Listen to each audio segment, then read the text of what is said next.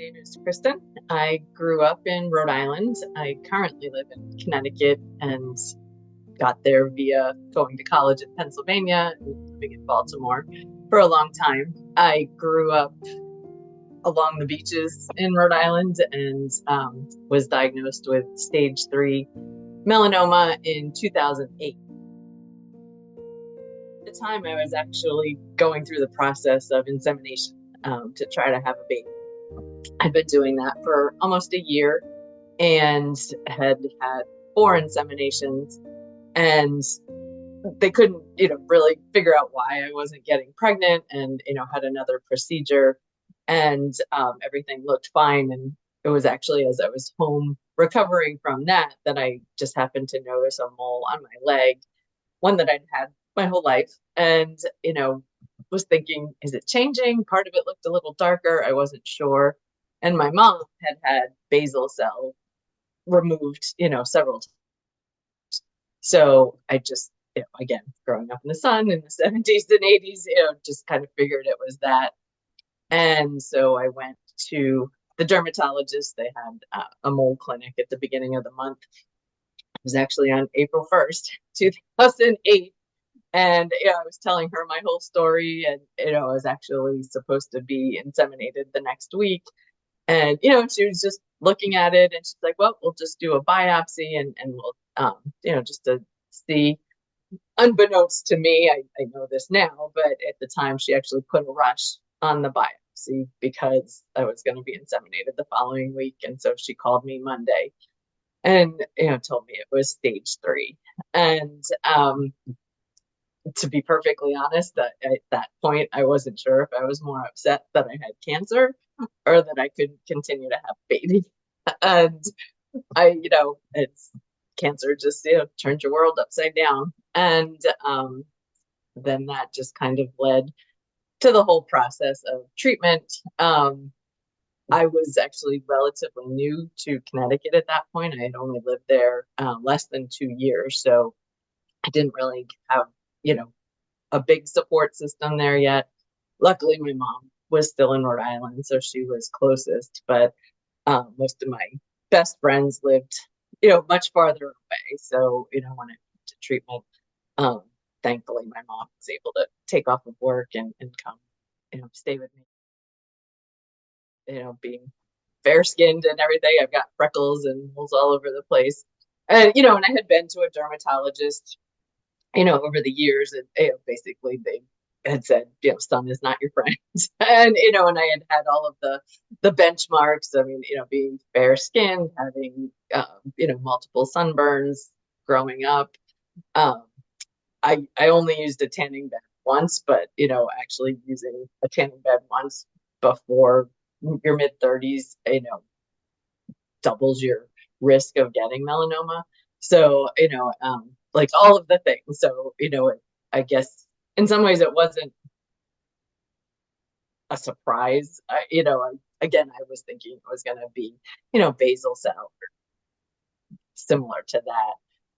But otherwise, I didn't have any symptoms. I mean, I had half of my thyroid removed, a few years before because I've had a nodule on my thyroid for, 20 years, and it was growing and turned out not to be cancerous. I mean, in my mind, I kind of, think cancer might have been somewhere in my body, and, melanoma can show up quickly and it can be very slow growing. And I remember, talking with the doctors and my surgeon about that. They said it could have been inside you for years. And, it was at that point. I mean, and who knows, I was, taking fertility medications. I don't know if that triggered something, but, in the way nature works, I do feel like my body knew, and, that's part of the reason why I didn't get pregnant. And, and honestly, it was a good thing because I might not have been here because I was at stage 3. And, being pregnant is an immunosuppressant state, and melanoma can grow quite rapidly. So if I had gotten pregnant and hadn't noticed the mole, I mean, I thought about, what all of the outcomes could have been. but otherwise I didn't have any symptoms other than the changing of color and um, and the borders. So there's the ABCs of melanoma, and that's what just prompted me to go to the doctor. I was diagnosed in April. The first surgery happened in May, to remove, and the surgery was to remove the melanoma. And before the surgery, that's where I'd had the sentinel node biopsy to figure out where the closest lymph node was, which was my groin. And so while they took out the melanoma, they took out just the one lymph node. And then when a couple weeks later, when I went for the follow-up appointment, the doctor's office was running behind, and my mom had come with me to pretty much all of the appointments at that point, but she wasn't at this one. And the doctor came in and said, running behind, and then he said, "Oh, your mom's not with you." And honestly, at that point, I was like, "Oh, this isn't going to be good news." And so he said there was melanoma found in the lymph node, so we have to go back in. And so a few weeks later, by June, I was in for the second surgery to remove more lymph nodes. And in both of those times, because of where it was on my thigh, they had to insert a drain. So I spent a few weeks with the drain. And then actually after the second surgery, he said it's going to be painful, because there are so many nerves involved, and you'll have lymphedema and all of that. And I was recovering at my mom's house in Rhode Island. And I called up like a week before my follow-up appointment. I'm like, my leg is kind of red. He's like, "Okay, well, we'll prescribe some antibiotics because you might be slightly infected." And so I got the antibiotics, and 5 days later, I go for the follow-up appointment, and she walks in and looks at my leg and was like, "I'm admitting you." And I was like, "What?" He's like, "You didn't tell me it was that bad." I'm like, "Well, you told me it was going to be painful, and it's painful, but I said I wasn't sure what to balance it with." And he was like, "Oh my God." And so I got admitted to the hospital for 5 days for the infection, and was on IV antibiotics, and in the room by myself for 5 days. But within 12 hours of getting the first dose, I totally could tell that, oh yeah, it was really bad. And and then continued to have the drain in for a few weeks. In 2008, when you looked at the statistics, there was no treatment, the way that there's treatment now. There were clinical trials, but because I had clear margins from the surgery, which is a good thing, I didn't qualify for any of the clinical trials. So, the oncologist said, really the only option is to go on interferon for a year. And, but he was very honest and said it's going to have probably less than a 10% chance of, really making a difference. So there were no other adjuvant therapies available. So I did that. And, basically you feel like you have the flu for a year. So, I had to spend a month getting infused 5 days a week. And they actually had to stop in between because my white blood count would drop. And then when I finished up the month, then I had to give myself shots at home 3 days a week. And, same thing, like once I got stable, I could manage it, but at different points, my blood count would drop and I'd have to stop. And the restarting was always, really horrible in terms of, just chills and fevers and all of that. I work in higher education, so, I did continue to work.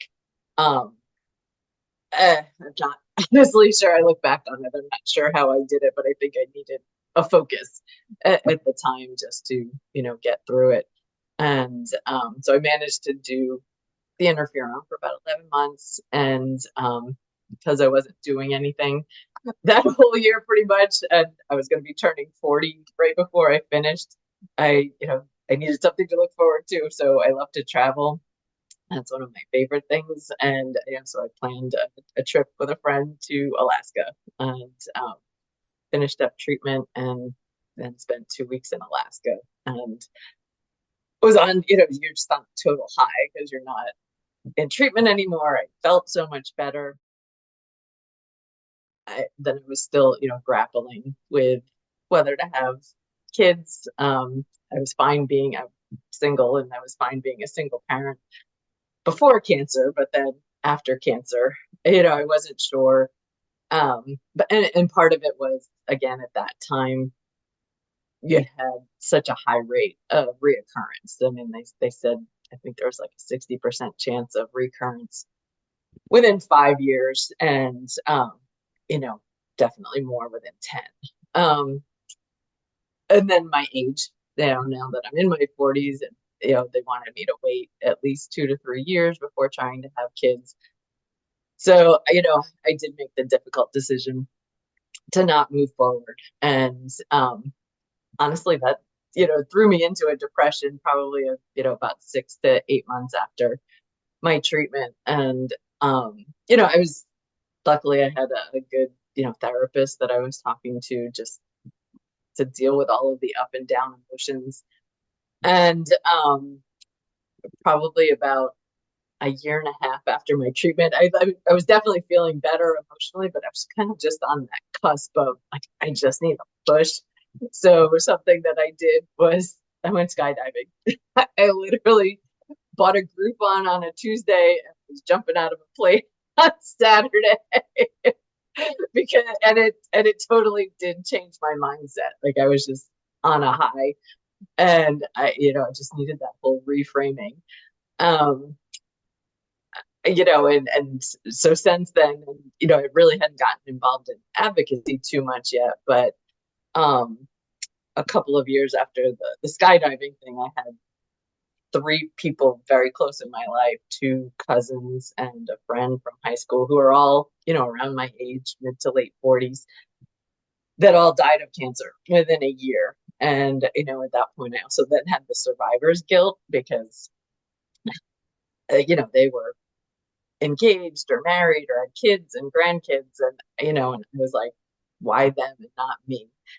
And, and it was also at that same point that a lot of the treatments were starting to come out for melanoma.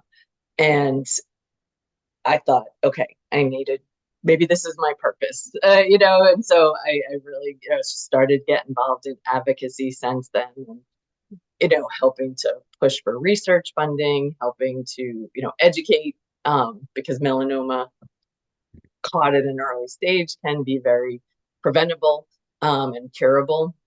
And, and then trying to legislate against things like tanning beds and, better sunscreens and, and all of that. So that's really how I've spent, a lot of my non-work time in the last decade or so, because um, I think just it's such a public health issue. And, so I'm trying to use, my longevity and survival, because I know not everybody gets that. But, one of the best things nowadays is when I meet people that are newly diagnosed, they can't even relate to my story because they have treatment options. And, to me, to see this progress that we've had, over the last decade or more, it's just so inspiring. I was a caregiver when my mom was sick and passed away. She had cancer. And, and I remember thinking it's definitely easier to be a patient than a caregiver, because at least when I was a patient, my only job was to get well and, to focus on that. And, and I remember my mother would call sometimes and just talk about family drama with other people. And I was like, Mom, I don't care. I was like, I just, I don't even want to hear it. And, so you definitely weed out the BS in your life too. She was, she had, I think initially it was, diagnosed as follicular lymphoma. But she had a new ENT doctor, and, and she went for her first appointment one time and was just, doing the checks. And he said, do you know you have a lump in your neck? And, she couldn't even feel it. She was actually, as a cancer patient, she was probably the opposite of me, where I think I was much more secluded. She loved, always has loved having people around. So, a bunch of people came to visit. One of my cousins flew in. Um, she's talking up the hospice nurses all weekend. And, my uncle came in on Sunday. And Sunday night, she pretty much, went unconscious. And then Monday night, her partner, went to bed. I was with her, and the hospice chaplain had come, and she died that night, about 9 o'clock. So it went so fast, from Thanksgiving on. But as a caregiver, just the back and forth, like you're just always questioning whether you've made the right decisions. And I didn't realize she was so strong. And I didn't realize until those last 2 weeks, like how much pain she had been in, because she was just hopeful. She was like, "What's next? Like, I'll do what's next." And she was just amazing. But at the same time, I'm so grateful, that it did go fast and that she wasn't in any pain. And it's another reason I advocate. I mean, I advocate for Leukemia and Lymphoma Society too now, and just because the research, and especially for these advanced cancers, mine was a rare cancer in melanoma. Hers was a rare cancer just because I know nobody that's had her cancer has lived more than 2 years. And she was, about 18 months, when it progressed so quickly. And so I feel like the research funding, like we just need to keep the research going, because I think the way the research world has gone these last several years, there's just seems to be much more collaboration, and and again, being a caregiver was so much more difficult than being a patient.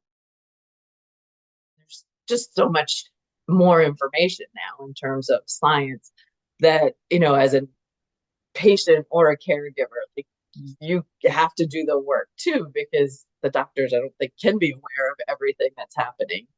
But at the same time, like with this, particularly when the palliative care doctors were talking to my mom, and she definitely connected with them, because they asked her, they're like, "What do you want? And how do you want to spend your days? And what's important to you?" And and it's not that the other doctors didn't care about that, but the questions were not asked in that way. And I think that's so valuable, because I think it might have changed the course of treatment. And for them to know, like, palliative care doesn't mean death all the time, or, I mean, it just means that you're going to get the support you need, because those last 2 weeks when we had hospice, I felt such a relief, because, all of a sudden there were people I could talk to. There were social workers coming to the house. There was chaplains coming to the house. I mean, my mom had a very, strong support network, which helped me as well. I feel like education should start in young children about, education about the sun, and, safe habits, and things like that, because again, it's so preventable. For 95% preventable and curable if caught early. But, there's so many things you can do for yourself, ahead of time. But then if you do get melanoma, that there are so many treatment options available now. And again, which is fantastic, because I know, again, for myself, I found a support group when I was about 3/4 of the way through my treatment, which was great, because then all of a sudden, I'm with people who just got it, understood how crappy you felt. But at the same time, after a few months, I had to stop going because every time I went, somebody else had died. And it was awful. And I was like, I couldn't do it. And, and then I started going back and it's been, I'm still in touch with people. But to find the people to talk to, because nobody knows how you're feeling unless they've been through something. And, so that's hugely important. Do the research because there's always more treatments now on the horizon, and there's so much work to be done. And I think if you're inclined to again advocate to Congress and your representatives for funding for research and education, to just educate the public about melanoma and the preventative aspects. I always say my dream job, if I didn't have to worry about money, would be just having a van driving around and presenting to young people about this, and and hope that they would take into account because things like tanning beds and those things are still out there and still happening. um it's just awful. And so to advocate for yourself and do what's best for you too. And realize that this whole journey is up and down. I'm 16 years past diagnosis, but there's still days where I get sad or I get upset about it, and then other days where I'm like, okay, I'm figuring out my purpose, and I just keep talking about this because I feel like that's why I'm still